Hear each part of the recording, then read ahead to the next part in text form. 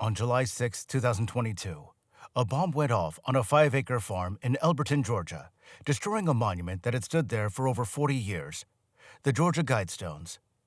This monument was made of 4 massive granite slabs, weighing more than 230,000 pounds, and had a set of guidelines for creating a more peaceful and organized society. For decades, the identity of the person who built it remained a mystery. Today, I'm going to tell you who that person was. But why did they want to stay anonymous? Likely for the same reason the Guidestones were destroyed. They promoted ideas like a one-world government, genetic and racial purity, and significant global depopulation. A vision of a new world order. A unique Georgia attraction that stood for nearly 4 decades is destroyed. Popular North Georgia monument that's been the source of a lot of speculation over 4 decades. In June 1979, a well-dressed man calling himself Robert C. Christian approached Joe Finley, the president of Elberton Granite Finishing Company. Christian wanted to build a monument that would rival the grandeur of Stonehenge. He had recently visited Stonehenge and was impressed, but he felt it lacked a message. So what kind of message was he aiming for? Christian chose his name because of his religious beliefs. Like the 10 Commandments, his message was meant to offer rules that everyone could follow. But unlike the 10 Commandments, which guide individual behavior, Christian was thinking on a larger scale, something bigger than Moses receiving God's word on a mountain. Christian claimed to represent a small group of dedicated Americans who spent 20 years planning this large, complex monument. He came prepared with a scale model and very detailed specifications. The structure would be 16 feet tall and consist of 4 stones arranged in a cross, with a central stone on top. The message would be written in the 8 most spoken languages in the world: English, Spanish, Russian, Chinese, Arabic, Hebrew, Hindi, and Swahili. It would also include inscriptions in 4 ancient languages: Babylonian cuneiform, Egyptian hieroglyphics, Sanskrit, and Classical Greek. At first, Finley didn't take him seriously. But when Christian described the monument, Finley stopped in his tracks. Not only were these stones bigger than any Finley had ever worked with, but Christian also wanted them cut, polished, and arranged to function as a giant astronomical instrument. The 4th stone was designed to trace the moon's movement throughout the year. In the central support stone, a small hole would permanently point to the North Star.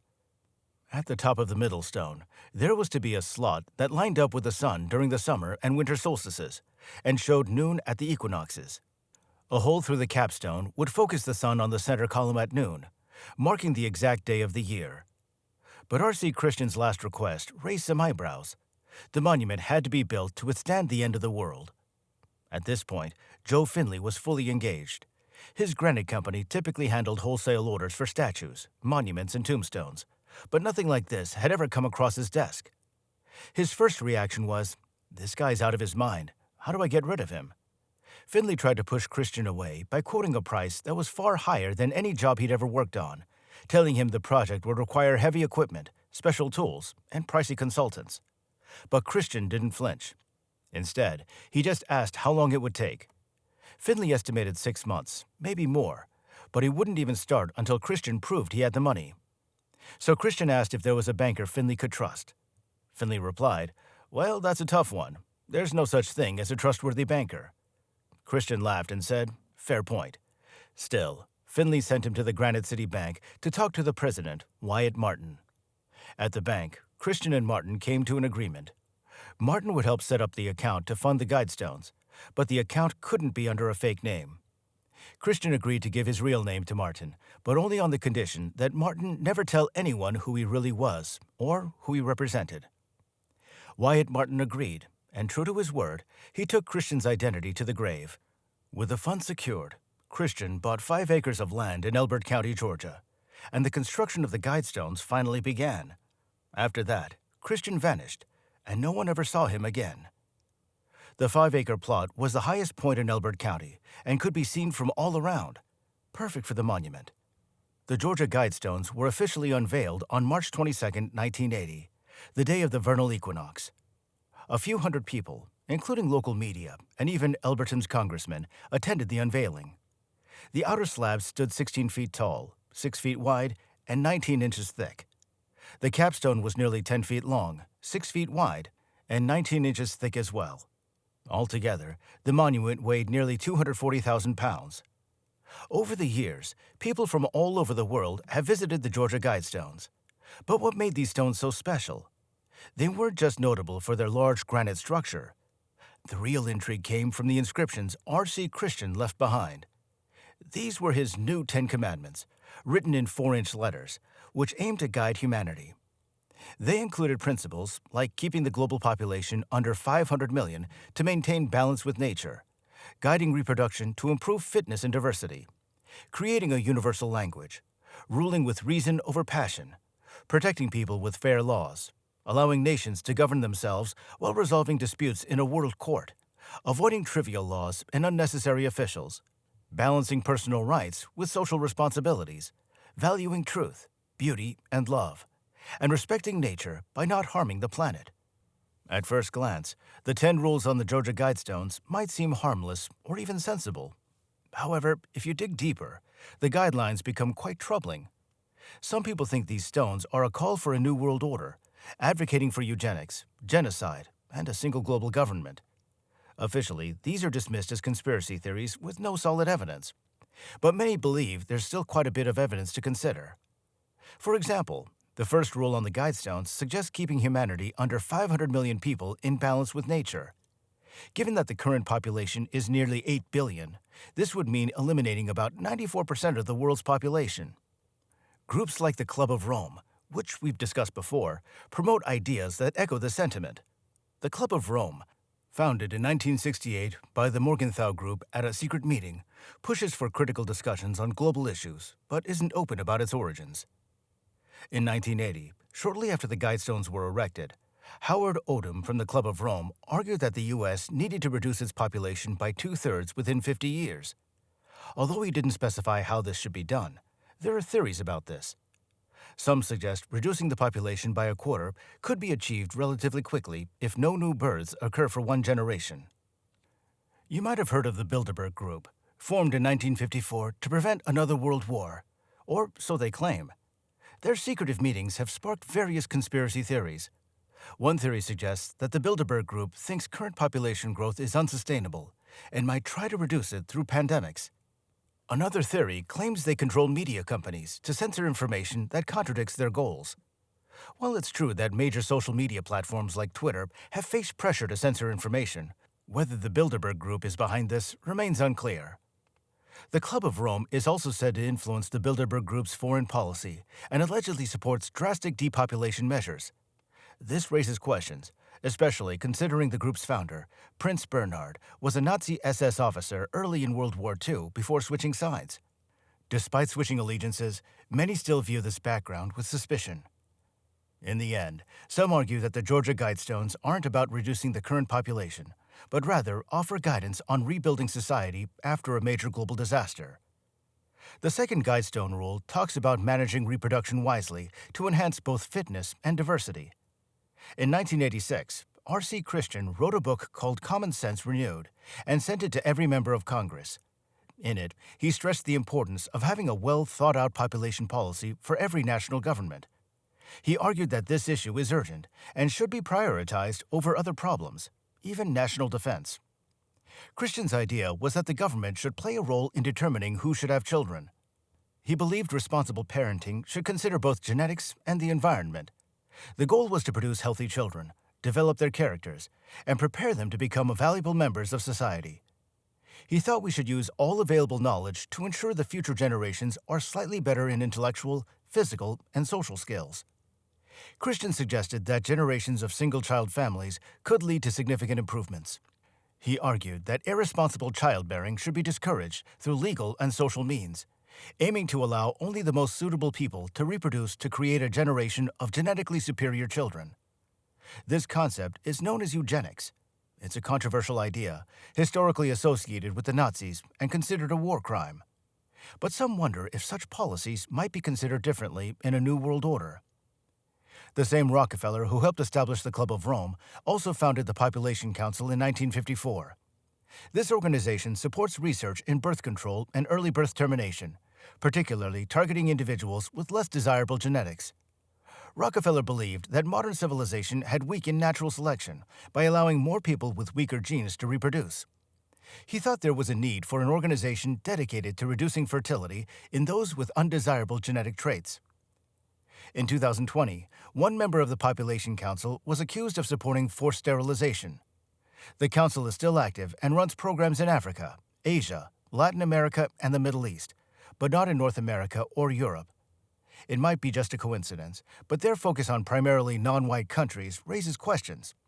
The Population Council receives millions of dollars annually, with the largest contributor being the U.S. government.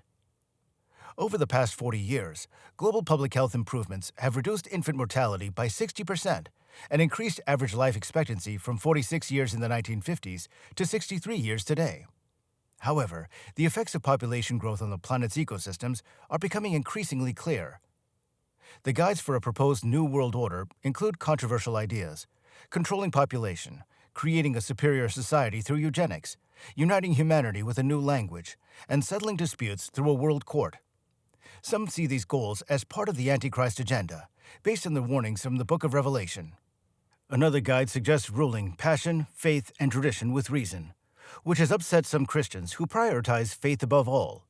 These ideas have led to the Georgia Guidestones being associated with alleged satanic rituals and witchcraft. Locals have reported strange lights, chanting, and melted candles near the stones. While no human sacrifices have been confirmed, some chickens haven't fared as well. There are theories suggesting the Georgia Guidestones were built on native Hopi lands, connected to a Hopi prophecy about a new world. Others believe the stones align with ley lines similar to famous landmarks like the Great Pyramids, the Great Wall of China, and Stonehenge. Some also link them to the Rosicrucians, a secretive group that could be a topic for another episode. But the biggest mystery of all has been who funded the project. And after 35 years, we finally have some answers. One theory is that the planet can sustain about 1 billion people comfortably. To maintain high living standards and freedom, we might need to reduce the population. While some believe we could support even more people under a smart dictatorship, that's rarely the case. The goal might be to lower the population slowly and evenly, avoiding extreme measures where the wealthy impose solutions on everyone else. Over time, many have speculated about the true identity of R.C. Christian, the mysterious figure behind the stones. Ted Turner, the founder of CNN, was a prominent candidate because of his wealth, environmental focus, and his statement that overpopulation is a major threat to civilization. However, Ted Turner couldn't be R.C. Christian because Turner is still alive. All known associates of Christian are deceased. Wyatt Martin, the bank owner who knew Christian's identity, kept it a secret, and their letters were exchanged from different locations each time. Martin, who passed away in December 2021, did leave behind some hints, though it's unclear if they were intentional. Wyatt Martin confirmed that R.C. Christian died after the year 2000. He mentioned that Christian had a daughter who had been in basic training in Georgia before World War II and worked in construction at some point. This information was almost enough to identify him. The final clue came in 2005, during the filming of the documentary, Dark Clouds Over Elberton. Despite Martin's poor health following a stroke, the film crew persuaded him to show the letters he'd received from R.C. Christian over the years. Martin reluctantly agreed, but was careful to hide the postmarks on the envelopes. However, a close-up shot revealed a return address on one envelope. Internet sleuths used this address to trace R.C. Christian to Dr. Herbert Hinsey Kirsten, a surgeon from Fort Dodge, Iowa. Kirsten's last name, a variation of Christian, matched, and he died after 2000, as Martin had indicated. Kirsten, who died in 2005, had served in World War II and was an environmentalist involved in world population issues. He also worked in construction and had 4 children, contrary to his Guidestones message about limiting family size. Kirsten had notable connections, including with William Shockley, a physicist who won the Nobel Prize for Physics in 1956. Shockley was also known for his racist views and support for eugenics. Given these associations, it's not surprising that Kirsten, as R.C. Christian, shared similar beliefs. Though the Georgia Guidestones themselves aren't explicitly racist, Dr. Kirsten's support for figures like David Duke, a former Grand Wizard of the KKK, raises troubling questions. The destruction of the Guidestones might seem justified to some, but is the story really over? On July 6, 2022, just after 4 a.m., CCTV footage captured someone running toward the Georgia Guidestones carrying an object. Moments later, an explosion destroyed one of the four monoliths. Within minutes, a car was seen leaving the scene. What's unusual is that heavy equipment arrived almost immediately to clean up the site. Shouldn't the area have been treated as a crime scene for more than just a few hours? The ATF arrived quickly, but despite modern forensics techniques, all evidence was swiftly removed. The Guidestones were in a remote area with only one road in or out, and no footage of the car after it left the site. This was the middle of the night in northern Georgia, so it would have been one of the few vehicles on the road, but we still lack new information. This rapid cleanup raises questions that may never be answered. It's possible that the act was carried out by someone opposed to government policies, or perhaps someone against perceived hypocrisy. Figures who advocate for restrictive policies often have multiple children themselves. For instance, Rockefeller had 6 kids, William Shockley had 3, and R.C. Christian, or Dr. Kirsten, had 4. Yet many of these advocates push for policies like the one-child rule for the rest of us. Who decides who's genetically fit? The answer is often those in power, who benefit from the growth and advancement of the human race while trying to limit it once they have their wealth. These same individuals often criticize issues like climate change, fossil fuels, and pollution, pushing for restrictions on personal choices such as vehicle ownership and energy use. However, key figures like J.D. Rockefeller made their fortunes from oil, and Aurelio Peccei, founder of the Club of Rome, earned his wealth working for Fiat, a major company involved in transportation and military equipment. Back when they were building their fortunes, climate change wasn't a pressing concern, but now it's become a major issue. The challenges facing our planet can be addressed through collective innovation and cooperation. However, many elites seem to prefer control over collaboration. They believe they possess superior intelligence and genetics, and therefore should make decisions for the rest of us. It's possible those who destroyed the Georgia Guidestones were motivated by this perceived hypocrisy. While I understand why certain monuments and statues might be seen as offensive, and believe such matters should be decided through democratic processes, the destruction of property remains vandalism. It's troubling when individuals take the law into their own hands. As we wrap up, it's clear the destruction of the Georgia Guidestones has stirred a lot of debate. Some see it as a bold statement against what they view as elitist control, while others mourn the loss of what was, for better or worse, a significant piece of public art. This incident raises questions about how we handle controversial symbols. On one hand, it might be seen as a rejection of certain globalist ideas, but on the other, it highlights how deeply such symbols can divide opinions and provoke strong reactions. The destruction also makes us think about how we approach big issues as a society. It shows that discussions about our future need to be open and thoughtful, balancing different viewpoints while addressing global challenges. The Guidestones, with their mysterious messages and high-profile destruction, remind us of the importance of engaging in meaningful dialogue about the direction we want to take as a global community. So that's all for this topic. If you enjoyed watching it, please take a moment to give this video a thumbs up and subscribe for more.